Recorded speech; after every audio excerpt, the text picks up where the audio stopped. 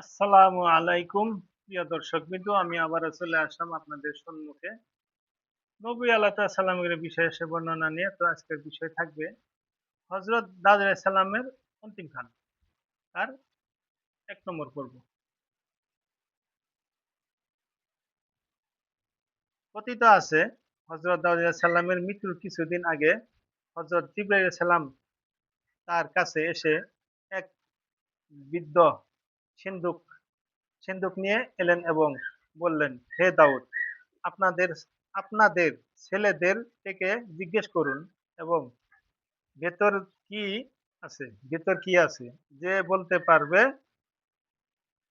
তাকেই আপনি আপনার খেলাফত রাজত্বের উত্তরাধিকারী দান করবেন। একদিন হযরত দাউদ আলাইহিস সালামের অন্তিমকালে জিবরাইল আলাইহিস সালাম আইসা কইল, একটা সন্দুক আইনে দিয়ে বলে, আপনি পোলাপান সবেরে ডাহুন ডাইকে জিজ্ঞেস করুন এই সন্দুকের ভিতরে কি আছে। যে ছেলেই আপনার যে পুত্রই বলতে পারবো, ওই ছেলেরই আপনার এই খলিফাত্ব রাজত্ব উনারে দান করবে। তখন হযরত দাউদ আলাইহিস সালাম নিজের ১৫ জন সন্তান সহ সমস্ত বনী ইসরাইলীদের ডেকে এক জায়গায় জমায়েত করলেন এবং সবার সামনে নিজের ছেলেদের জিজ্ঞেস করলেন, বলো তো বাবারা, এই সন্দুকের ভিতর কি আছে? যে বলতে পারবে তাকেই আমি আমার উত্তরাধিকারী করব এবং সেই সেই আমার পরে বনী ইসরাইলীদের নবী ও রাজ্যের রাজা হবে। জি, এই বাস্তুর ভিতরে কি আছে কবার বাবা, আমি ওরে আমার রাজত্ব দান করবো, এই বনী ইসরায়েলের পরে যাই নবীও হব। চাই কি ভবিষ্যতে সারা দুনিয়ার বাদশাহ পরিণত হবে। কিন্তু কেউ এ সন্দুকের খবর বলতে পারল না। হযরত সুলাইমান আলাইহিস সালাম ছিলেন ভাইদের মাঝে সকলের ছোট। এই যে সুলাইমান আলাইহিস সালামের বিষয়ে আসে আমরা শুনে থাকি, সুলেমানি আংটি, সুলেমানি তরোয়াল, সুলেমানি তক্তা। এই সুলাইমান আলাইহিস সালাম দাউদ আলাইহিস সালামের ছেলে। উনি ছিল সবার ছোট ছেলে। অবশেষে তিনি এগিয়ে আসলেন, সুলাইমান আলাইহিস সালাম এগিয়ে আসলো, এসে বাপের সামনে দাঁড়িয়ে তিনি আরজ করলেন, আব্বাজান, যদি অনুমতি দেন তবে খোদার ফজলে আমি সন্দুকের রহস্য বলতে পারি। হযরত দাউদ আলাইহিস সালাম এই কথা শুনে বড়ই খুশি হলেন। তার এই জ্ঞানী ছোট্ট ছেলেটির উপর তার এই বিষয় ভরসা ছিল। কাজেই হযরত সুলাইমান আলাইহিস সালামকে সিন্দুকের রহস্য ঘাটনে এগিয়ে আসতে দেখে তার মুখ উজ্জ্বল হয়ে উঠছিল। তিনি আনন্দের সাথে অনুমতি দিলে হযরত সুলাইমান আলাইহিস সালাম বললেন, সিন্দুকের ভিতর একটি আংটি, একটি চাবুক ও একটি চিঠি, এই ৩টি জিনিস আছে, এছাড়া আর কিছুই নাই। সুলাইমান আলাইহিস সালাম কয়ে হালাইলো, এই সন্দুকের ভিতরে একটা চিঠি আছে, একটা আংটি আছে, একটা চাবুক আছে। সিন্দুক খোলার পর ঠিক সেই ৩টি জিনিসই পাওয়া গেল। সন্দুক খোলার পরে ওই ৩টে জিনিসই পাওয়া গেল। এই ৩টি জিনিস বড়ই বৈশিষ্ট্য সম্পদ। এই যে আংটিটি, এটা হলো বেহেশতের আংটি। আল্লাহ তাআলা এটা দুনিয়া পাঠিয়েছেন।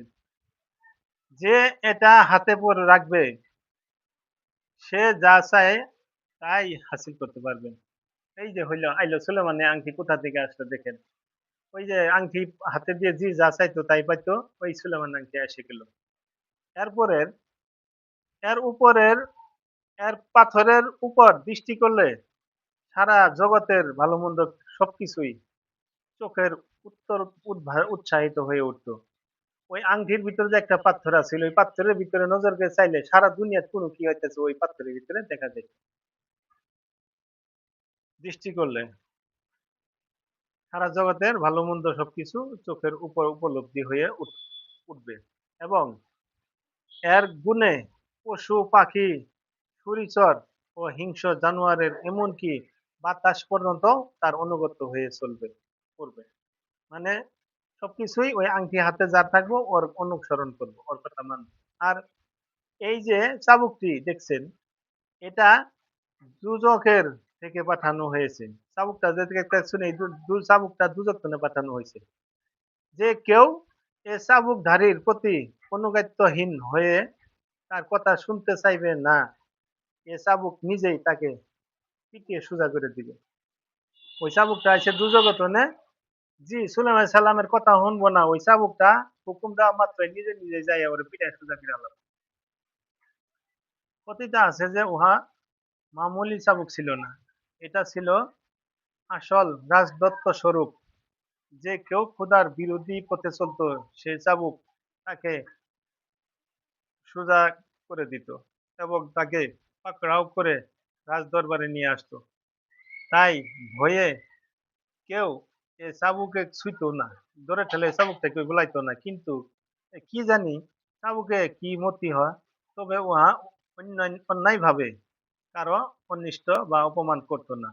একমাত্র চাবুকধারী উহা হাতে নিতেন এবং তিনি ছিলেন হযরত সুলাইমান আলাইহিস সালাম।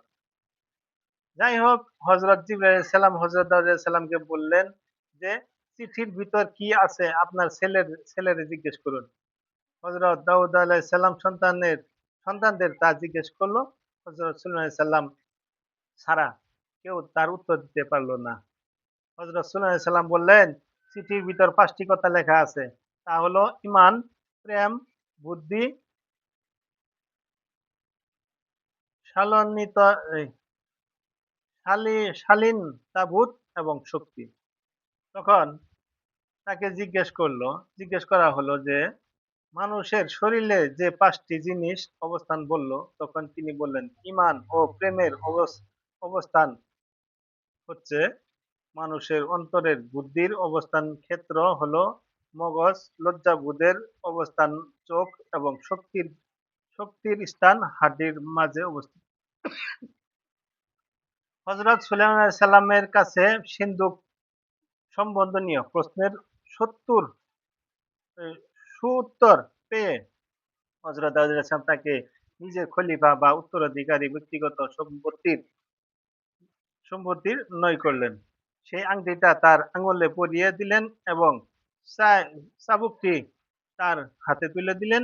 তারপর তিনি তাকে সিংহাসনে বসিয়ে নিজের বানপ্রস্থে বানপ্রস্থে চলে গেলেন এবং আল্লাহ তাআলা ইবাদতে মশগুল রইলেন। ১২০ বছর হলো তখন একদিন মালিকেল মউত বা মৃত্যুর ফেরেশতা এসে তাকে সালাম দিলেন। হযরত দাউদ আলাইহিস সালাম বললেন, আপনি কে? আমি মালিকেল মউত। আপনি কেন এসেছেন? কি জন্যে আমার আমার আসার আজ আসবো বলুন। কি জন্যে? কি জন্যে আর আসবো বলুন। আপনার প্রাণ নিতেই এসেছি। ও আচ্ছা, আপনি একটু অপেক্ষা করুন। আমাকে মৃত্যুর পূর্বে অন্তত ২ রাকাত নামাজ পড়ার নিবার সুযোগ দিন। আল্লাহ তাআলার থেকে সে হুকুম নিয়ে আসি নাই। এই বলে ফেরে আজরাইলে কইতেছে, আমি আল্লাহ তাআলার তরফ থেকে এই হুকুমটা নিয়ে আহি নাই। এই বলে হযরত দাউদ আলাইহিস সালামের প্রাণ কবজ করে নিয়ে গেলেন।